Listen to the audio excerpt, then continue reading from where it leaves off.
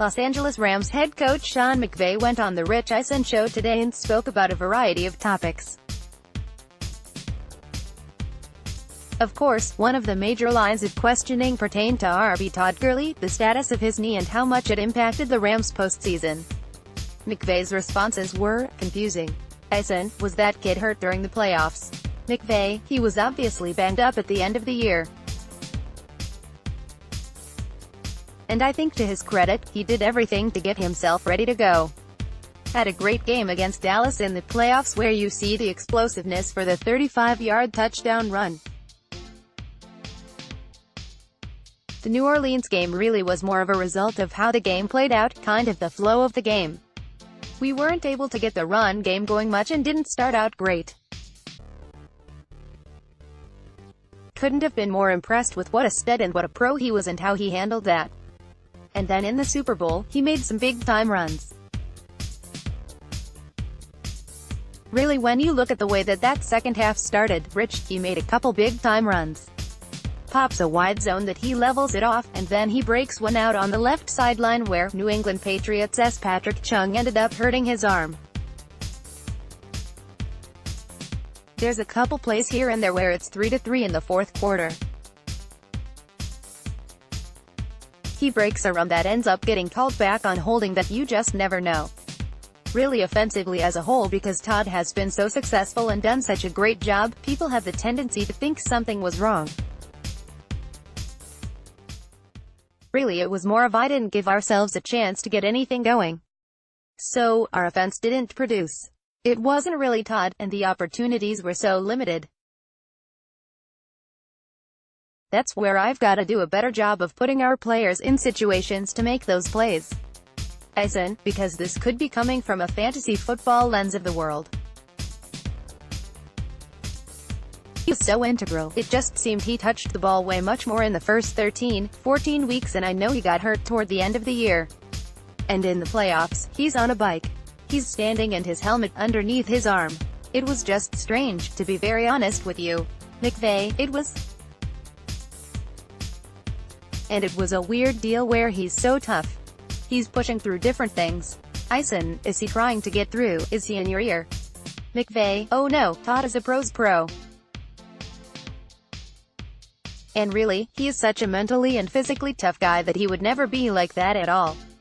It was unique because CJ Anderson comes in. Did such a good job those last couple weeks. And really, it's okay. How can we find a way to make sure that we're smartly putting together game plans and utilizing the guys? Because he did miss those last couple of games. In an ideal scenario, it plays out like Dallas. You can expect Todd to be the focal part of our offense again as we move forward. He's feeling good. He's in a good place. I just think the natural ebbs and flows when you play 19 games, and I know he missed a couple with the amount of work that he got, it just worked out that way at the end of the year.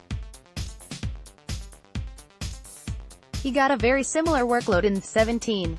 The anticipation for us is he's in a good place. He's feeling good. He's going to continue to be a central part of our offense going into the 19th season, and I don't see that changing.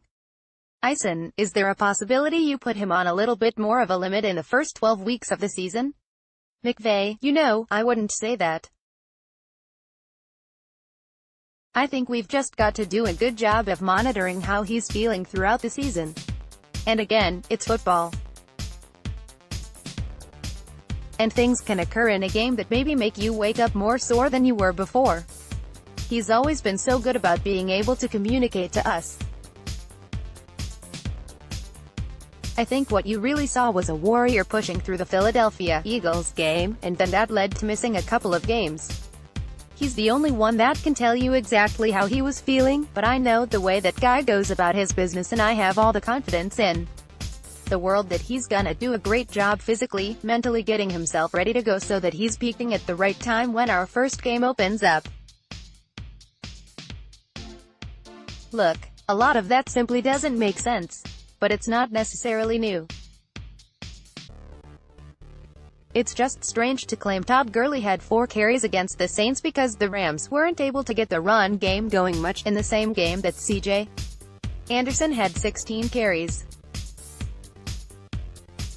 And it's confusing to now acknowledge that Gurley was banged up at the end of the year. When back on February 1st, McVay claimed Gurley was 100%. I totally understand the impetus to try to not play up the injury throughout the playoffs. There's a professionalism to putting your head down and doing your job even with nagging injuries that won't prevent you from playing regardless of whether you're the highest paid running back in the league or if you're the 46th guy on the 46-man game day active roster. I certainly appreciate the gamesmanship that goes on with not disclosing the variety of issues guys are carrying physically throughout the season that don't get reported until we learn they had surgery in the off-season. But this was an injury that A, clearly affected the Rams' gameplay and B, clearly affected Gurley's availability. I don't think it's unfair to ask if either are going to continue to be the case even though the Rams opted not to bring back the guy that was so crucial to their plans that it left Gurley, as Eisen put it, standing on the sidelines holding his helmet in his hands. Instead, they decided to bring back a complement for Gurley that has never been anywhere near that crucial to their game plans. Maybe Malcolm Brown will have a huge year. But it sure sounds like McVay's not necessarily planning on it. And that's just confusing if we're taking him at his word. The Athletic's Rich Hammond put it well in response, the problem here is, this basically is what he said before the Super Bowl. And then, this issue still hasn't fully been addressed on a transparent level. This is not directed at Miles, FYI, https://t.co/re53upload5, Rich Hammond, @Rich Hammond, April 12, 2019. The thing is, from a competitive standpoint, the Rams probably don't want to say how they will use Gurley in 2019. And they probably shouldn't say it. But this little two-step that's been going on since December as A. Rich Hammond, @Rich Hammond, April 12, 2019. As a fan, I understand the adherence to the competitive nature of the story. I don't understand why the Rams, McVay and Gurley himself opted to mislead instead of simply avoid the issue at all.